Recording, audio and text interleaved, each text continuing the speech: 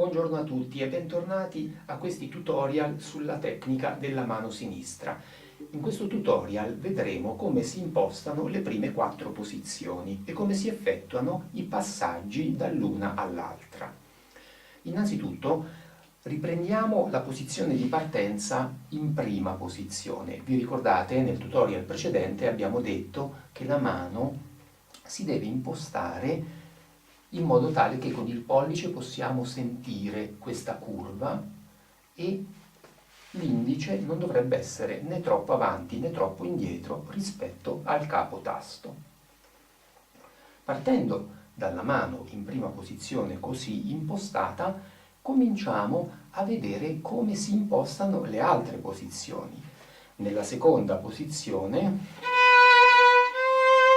vedete, io vado avanti di un tono o di un semitono in questo caso, e la mano è andata avanti di una nota. La mia mano in seconda posizione non ha un punto di riferimento preciso, gli unici punti di riferimento potrebbero essere in alcuni casi toccare qua, però è un po' scomodo, e in altri casi semplicemente l'intonazione che io ottengo spostandomi avanti di una nota.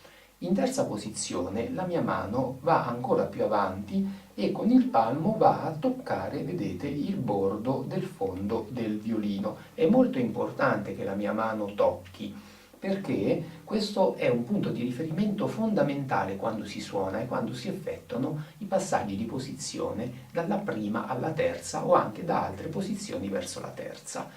In questo modo io imposto la terza posizione. Quando vibro, ovviamente, devo separare la mano, questo l'abbiamo già visto, però quando io devo giungere in terza posizione per capire esattamente che sono arrivato nella posizione è molto importante, ecco, toccare. Vedete che la mia mano è leggermente inclinata in questo modo, in terza posizione. Con una mano con una conformazione abbastanza comune, in terza posizione, c'è sempre un po' di angolo di inclinazione in questo senso. In quarta posizione, invece, la mia mano arriva sempre a toccare il bordo del fondo del violino, ma non è più inclinata come in terza, in questo modo, ma è praticamente quasi dritta, vedete? Il mio palmo della mano e il mio braccio formano una linea quasi retta, una linea quasi continua. In quarta posizione è molto importante che io assuma questo tipo di linea. Ecco, anche qui quando vibro e quando non è necessario, ovviamente staccherò, separerò il palmo dal fondo del violino. Però è molto importante anche in questo caso che noi, quando arriviamo in quarta posizione da altre posizioni, che possono essere più basse o più alte, quando arriviamo in quarta posizione noi utilizziamo questo punto di riferimento. Nei passaggi di posizione è molto importante che la mano scorra sul manico avanti e indietro in maniera morbida e fluida. Il pollice deve aiutare il movimento della mano, vedete? In qualche modo deve spingere quando la mano va avanti e deve aiutare quando la mano va indietro. Ciò nonostante, il movimento fondamentale si effettua sempre con il braccio.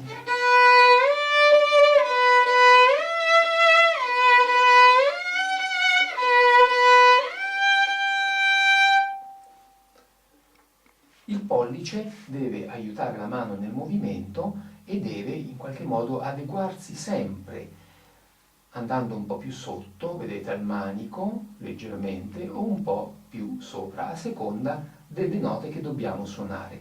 Quando noi suoneremo, per esempio, sulla quarta corda, vedete, il pollice andrà un po' più sotto, anche giustamente a causa della rotazione del braccio. Quando suoneremo sulla prima, vedete, il pollice andrà un po' più sopra. È molto importante che il pollice aiuti sempre la mano nei suoi movimenti, che non sia mai rigido e che non impedisca mai alla mano di muoversi liberamente. Ricordiamo infine che il pollice è anche il dito che fa un po' da contrasto alla pressione delle dita e quindi quando io premo le corde con le dita, il pollice deve essere sempre pronto in una posizione che mi consenta di esercitare la giusta pressione sulla tastiera. Vediamo un attimo qualche movimento.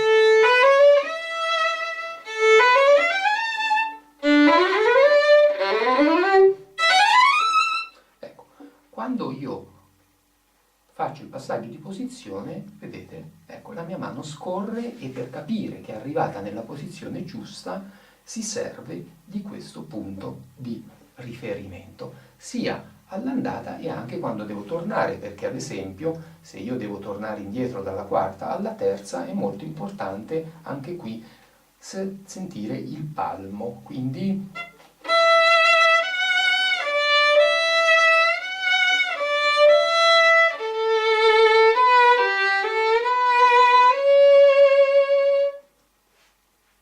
ecco. Quindi ricordiamoci che nei passaggi di posizione il movimento deve essere sempre fluido, il pollice deve aiutare la mano nei suoi movimenti e fornire sempre un punto di appoggio affinché le dita possano premere la corda nel momento giusto. L'unica cosa che vorrei aggiungere è che durante il passaggio di posizione la pressione delle dita sulle corde deve leggermente diminuire.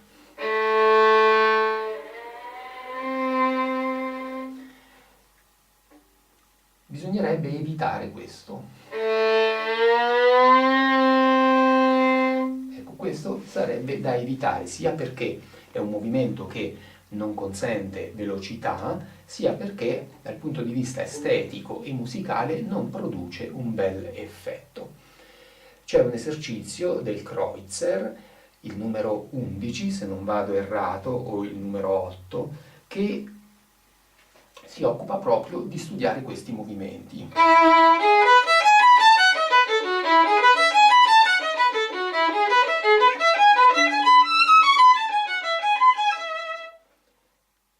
Praticamente in questo esercizio del Kreutzer vengono esaminati proprio questi movimenti dalla prima alla quarta, dalla prima alla terza e dalla terza alla quarta e viceversa. Nel prossimo tutorial parleremo dei cambiamenti di posizione invece nelle posizioni più acute, oltre la quarta, dalla quinta in avanti e dalle posizioni acute a tornare indietro. Grazie.